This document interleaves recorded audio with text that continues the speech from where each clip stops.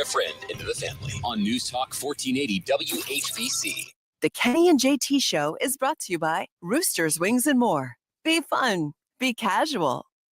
So here we go. These guys have a lot to say, and they never stop talking. If I'm here and you're here, doesn't that make it our time? Sky's the limit and space is the place. Ooh, yeah. Live from News Talk 1480 WHBC. It's a household name. You understand me? It's Kenny and JT. Have a great show! See, now that's what I call power. What's that? The power of Brian Novak. And Novak said, let there be light. And we're coming to you live in the corner of 6th and Market. Yes. Beautiful downtown Canton, Ohio, where it happens to be 28 degrees. Do you use Post-it notes? I used to quite a bit. I use the notepad on my phone more than I use Post-it notes now. I use them both. So I've got my notepad, locked and ready to go with notes. But because the hockey team is about to start for the United States at 3:10, I did a bunch of, and I got Post-it. No, look at this. I got them everywhere. 1, 2, 3, 4, 5, 6, 7, 8, 9 Post-it notes with hockey notes in case I need them for the show. How about that? It's preparation. I call it the Kachuk Olympics. That's all I'm worried about. Kachuk Olympics. Well, guess what? Team Canada kicked ass already today in men's hockey, 5-0 over Czechia, I think is how you pronounce it now. And the United States about to take on Latvia here in 9 minutes. Czechia? Who? They couldn't beat our JVs. Well, that's who they played, and they won 5-0. So let's see how the men's team, for hockey does for the United States. The women are off to a great start. They're 4-0 and the number 1 seed as they enter the knockout round, as they like to call it. So I'm ready for some Olympic hockey today during the show. 3:10 USA. Yeah, they start at 3:10. But I don't know if you can watch it live. I think you can watch it tonight on the Peacock at like 9. Damn. So no spoilers. Okay. All right. Like Seinfeld? Yeah. Don't tell me what happened in the Mets game tonight. Yeah. So the one thing we do know while they get ready to face off is the Cavaliers did win again. You expected that. Yes. But I had a little bit of a concern because it was the last game before the All-Star break. But the focusedness, Jim Thome term, of Donovan Mitchell proved to be the deciding factor, in my opinion, along with Sam Merrill. Quick flick. Shooting it from long range, and they didn't let that last game before the All-Star break, haunt them. Yes, Washington got it down to 5 at one point in the game, but then they pushed it out, and just a convincing win, and they're playing as good as anybody in the NBA right now. And I know it's only 3 games with James Harden in the lineup, and I was one that wasn't like overly thrilled with the Harden trade, but I'm liking what I'm seeing so far in the regular season. The nice thing for me watching the Cavaliers, obviously we didn't know what to expect. And you and I and everyone else basically didn't like the deal. Right. But then again, we had never seen him. We had only known to root against James Harden. Right. But it's obvious to me that he plays a different brand of basketball that we're not used to seeing, even when LeBron James was here. You talk about a high IQ. This dude knows where everybody, and he's only had like minimal practice, really not even a full practice, but at least it's amazing to me that he knows exactly where his teammates are on the floor at all times. And he drops some dimes as far as passes are concerned. And we always knew that he was a high assist guy anyway. And he only took 4 shots last night. He ends up with 13 points. So he still gets to the foul line. These are the things that used to drive you nuts when you would watch him, when you're rooting for the Cavs. And in this case, it was rooting against James Harden. Now you're rooting for him and going, okay, I get that. The behind the back pass to Tyson last night. Ridiculous. Phenomenal. And just so nonchalant. And yes, he had 6 turnovers, so he turned it over too many times for my liking last night. But again, still figuring out his teammates and whatnot. But that behind the back pass last night was a thing of beauty. Tyson got the dunk off of that. And you're right, he took 4 shots. I don't know the last time. And I was talking with Tim Alcorn, who's going to join us at 3:30 today. I said, Timmy, do you know the last time he only took 4 shots in a game where he played the entire game? I don't know, is what Timmy told me. So maybe he'll look that up by the time he comes on with us at 3:30. The real story last night was Sam Merrill just on fire in that first half. Quick flick. I mean, amazing. Dude hit his first 7 3-pointers, finished with 9 3-point made shots in 10 attempts. Now, I don't know how many of those were assisted from James Harden, but the thing is this. When you're getting the ball where you like it, when the guy, when it's passed to you, and you're in the shooting motion or where you like the ball to be passed to, so you can get yourself into shooting motion, it matters. And these are the things that just weren't. I know it's 3 or 4 games, whatever it's been, but it's only going to get better because this guy understands the game. I'm not saying that Darius Garland or others didn't, but it sure is nice now that you've got scoring options. He knows they're on the floor at the same time. Kenny Atkinson's the one who has to figure all this out, and it's going to be a work in progress. How many games left? 27, 26? Yesterday was the final third of the season, right? 27, 27, 27 is how it usually goes, which gets you to 81. Then you add the 82nd game. So you break it down into 27 game spurts. And so this is the final third of the Cavaliers schedule. They've won 5 in a row, 10 of their last 11. They're 34-21 heading into the All-Star break. Which is fine. You look at it and you take it with a grain of salt because this is absolutely a new look. Cavs are playing a different brand of basketball. Now, they're going to take the good with the bad. They're going to say Washington had too many offensive rebounds last night. Okay, fine. Right. Sometimes the ball bounces that way. And it's not for lack of effort because they were moving last night. And the Washington Wizards, I mean, when you watch that game, I got to be honest with you. I didn't know anybody that played on that team. Did you? No, there wasn't a player where I went, oh, yeah. I started saying, who the hell is that? More than that's a guy that I know. And, they played hard, and the Cavs had them down. They came back, then the Cavs pulled away. But, you're right. The guys that we all know didn't play. Trae Young is now a Wizard. Anthony Davis is now a Wizard. But those guys didn't play last night. Right. And it's going to be one of these things to whereas now you're waiting to see when Evan Mobley might be able to return to the lineup. How are you going to utilize that with 2 bigs? Right. How is this going to pan out? And I'm in no rush to get him back on the floor because what we've seen is this team being able to play this type of basketball, this brand of basketball now for the short run and against teams that, I read something online that the Denver Nuggets were pissed off because they felt that they didn't get calls down the stretch. But then again, when they go to the line so much more than you do, I mean, take the good with the bad. And I looked at the ending of that game and said, hey, if anything, there should have been a foul called on when Harden tied it with the long 3 at the end of the game. Cavaliers should have walked away from that game. It shouldn't come down to the buzzer. But you take the good with the bad, and this is what happens in the NBA. You can never be okay with all the officiating. I think one of the reasons I didn't like James Harden is I felt he got every potential call. Absolutely. Right? When he's shooting a 3 and he kicks his legs out and there's this, or that, like you said, the slow pace drive and, he'd get to the line. Now I'm loving it with the exception of that. Like you said, normally he gets that call. He didn't, but I just looked it up. He goes to the line this year 7.3 times per game and is making 6.7 of those, which is 91% from the free throw line. Darius Garland got to the line 3 times a game. So he's getting to the line twice, almost 2.5 more times than Garland did. And from that alone down the stretch can pay dividends, right? There's a method to his madness, too. He knows how to accept a foul. He knows how to get fouled. Yeah. Darius Garland obviously doesn't know how to get fouled. Now, that sounds dumb, right? Yeah. But when you're leading with your head and you get your eye almost poked out, when you lead with your head and you break your jaw, there's a reason that happens. You got to put yourself out of harm's way. He was clearly putting himself in harm's way, taking harder fouls, and he's a smaller individual. That's the key, the smaller individual. By the way, Cavaliers this year, when Darius Garland played for them, 26 games that happened. They were a 500 basketball team, 13-13. When Darius Garland didn't play, even before James Harden, you combine now since the trade, and when he didn't play before James Harden, Cavaliers are 21-8 without Darius Garland in the lineup. Right. So if you didn't make a trade at the trade deadline, there's no guarantees that Garland that comes back anytime soon either. I was reading an article. A lot of the Clipper fans are upset that they made a trade for a guy that may not get on the floor anytime soon. We were led to believe that he was coming back sooner than later. I saw a picture of him in his Clippers uniform, but he's not coming back anytime soon because, as you had mentioned yesterday, and I failed to realize this, that even though he had surgery on the one toe, he had sprained the other one as well.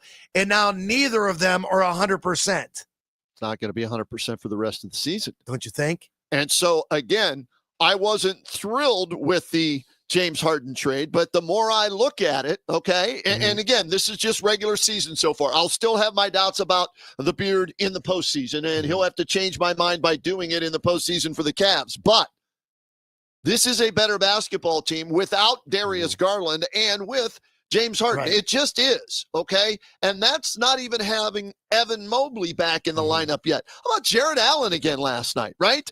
He's been playing like a man possessed since he dropped the 40-piece not too long ago. So I'm feeling better about the Cavaliers. Sam Merrill, outstanding last night.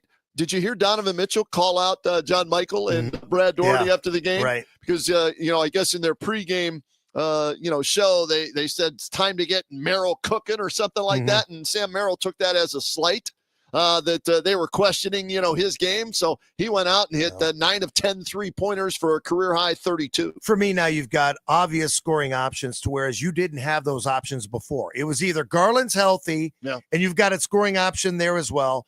Donovan Mitchell, Sam Merrill, Tyson was starting to come along. Yep. Jared Allen wasn't what we thought. Maybe Jared Allen is playing at this clip because he's getting involved earlier now. And you're seeing a guy that would rather pass the ball to his bigs than rather take shots. Yeah, so all is good. Let's hear how Tim Alcorn called the action last night right here on WHBC as the Cavaliers closed the All-Star break with a big win over the Wizards. Let's play some Cavaliers basketball. Merrill, left side, fakes the three, now shoots it, buries it. A quick flick is off to a quick start. Harden, straight away three ball. Bang! James Harden, three-balled his first as a Cavalier at Rocket Arena. Makes it 28-9. Merrill tosses it to Allen in the middle, hands it right back to Merrill. Long three, Got it! Sam Merrill, quick flick, buried it from Amherst. Driving Merrill, got the bucket and he got fouled. Sam Merrill putting on a first half show. Merrill on the left side, three ball. Got it! And Sam Merrill has a season high 23 points in the first half. Quick flick, hit it from Sandusky. Corner to Sam, three. Good! That explosion from Sam Merrill. The Cavs bench is going crazy. Harden bounced to Mitchell on a beauty. And Donovan's got the easy layup off a gorgeous feed from James Harden. 92-84. Harden Behind the back to Tyson. Pow with the right hand. picks it up. Tomlin knocks it away. No foul. Pow on the windmill dunk. Oh, my. Naquan Tomlin. Ellis in the lane to Mitchell. Shot puts it up and in. Another 30-point game for Donovan Mitchell. Porter feeds on the baseline to Merrill. Steps into the corner. Three ball. Good! Sam Merrill now is his first career 30-point game. 32 to be exact. As Quick Flick now has 9 threes in the game. Shoot it, Sam. Buzzer sounds. Cavaliers win it. 138 to 113. Oh, come on, Cavs.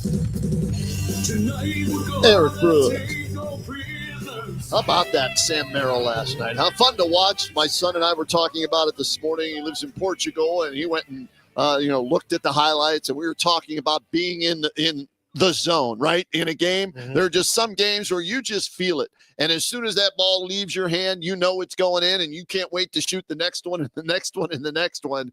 And Sam Merrill, man, there was one he hit in the corner, JT. And I don't know how it went in because the ball barely touched his hand near his hip. And all in one motion, he brought it up and let it go. And it was nothing but nylon. It was, you know what? Get him the ball. Let him fire away no matter where he's at or how he's guarded. Especially when you're in the zone like that, right? Ooh, man. Just keep it rolling, man. And you just keep going until you can't hit it anymore. I mean, it's not unlike any other sport. You keep feeding the guy who's hot until he's not hot any longer. And it was electric, man. And again, that's a game you should be electric in against an opponent that you're already favored by 15.5.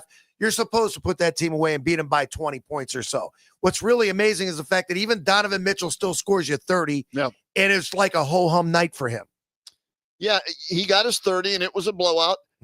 And I think Kenny made sure he got his 30, right? And that's what a good coach will do because you want your guy to get his average to stay in that MVP race, the scoring race. But also, they kept going back to Merrill, which you do. I loved seeing that last night. But I also loved The other guys got involved. He went to the bench. They played their role. And James Harden didn't care that he only shot the ball 4 times as he was facilitating and double-doubling by getting, Sam Merrill and others involved. You heard Tim Alcorn with the behind-the-back pass to, Tyson for the dunk and everything. So all is well going into the All-Star break, and everybody will have time off except Donovan Mitchell, 3-point contest and the All-Star game, and Jalen Tyson will perform in the Rising Stars game. Which is fine, and it's a great way to close out the first half of the season, even though we're past the halfway mark, which is still ridiculous to me. The NBA All-Star game is going to happen Sunday night. I guess it's All-Star Games, and it's going to be some type of a tournament. Apparently 12-minute games. I think there's going to be 3 or 4 of them, and then you'll dub yourself a winner. It's just going to be – I think it'll be interesting at first to watch, to tune in, and then after about the first 30 seconds, you'll be like, okay, this is like watching a Pro Bowl. I am the least excited I've been about an NBA All-Star weekend. I want – just give me the old – style East versus West All-Star game, no, adjusted scoring method or anything like that. East versus West, and like you mentioned, the Pro Bowl.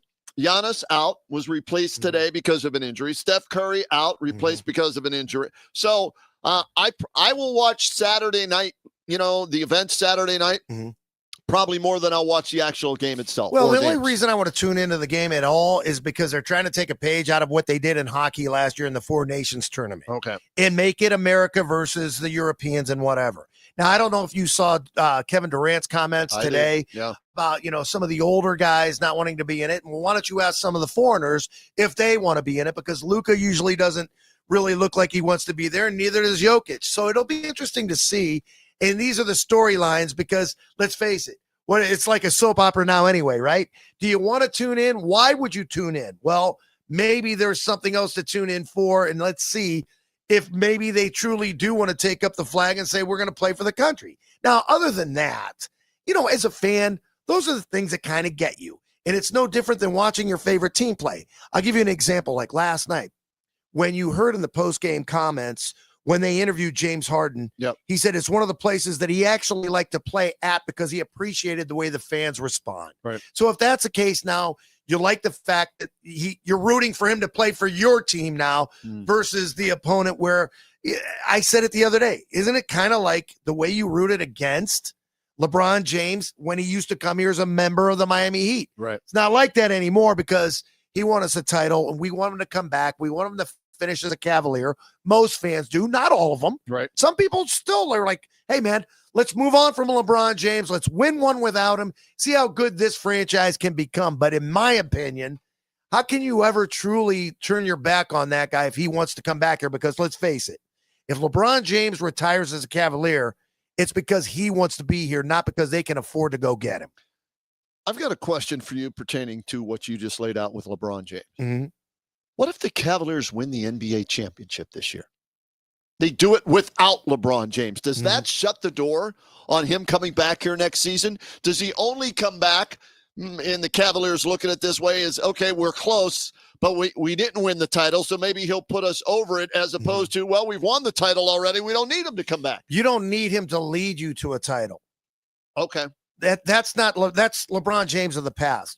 You need him to help you win a title, I believe. But the thing is, it's going to be on him. And yes, maybe selfishly he would want to come back because they are good. Right. And maybe that's the reason he came back the last time. He knew that team was on the rise. He came back and said, right? I can get them to a championship, and I think we can win it, because I would argue that team-wise, right now, if Evan Mobley gets healthy, this team is better than the 16 team, team-wise. See, what more are you going to get out of Kevin Love? Everybody accepted their role that year. It may be equal to the 1-2 punch of LeBron, Kyrie, James Harden, and Donovan Mitchell, okay? Kevin Love more experienced than Evan Mobley. Mobley's trying to be that stretch four, right? So, Love is a better rebounder than Evan Mobley. Mobley's a better defender than Kevin Love, okay? But I think the role players like JR, man, He was so underrated on that team. Shump was known for his defense, right?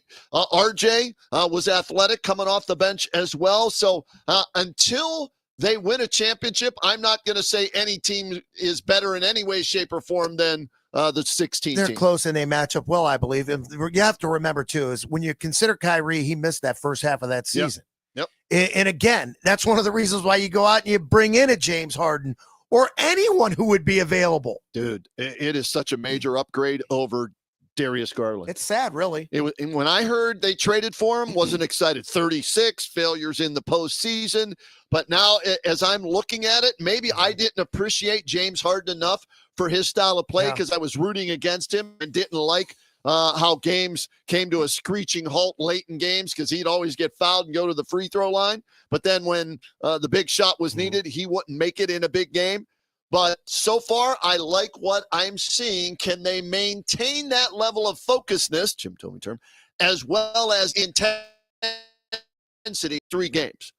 I don't know if they can for the entire rest of the regular season, but I need to see that come playoff time, game 1 through game 7, right? Every game they need to be that focused and that intense. We won't know that until we see them about 5 more games into the second half because of the fact that it is still new and everybody plays better. They're invigorated, if you will, because of the trade. And now all of a sudden you're seeing a different looking Donovan Mitchell. I mean, it looks like a different Donovan, even though the style of play is still the same. Right. I mean, when you look at the points and you look at the assists, but when you look at the body language, man, that's a different Donovan Mitchell. I agree 100% with you.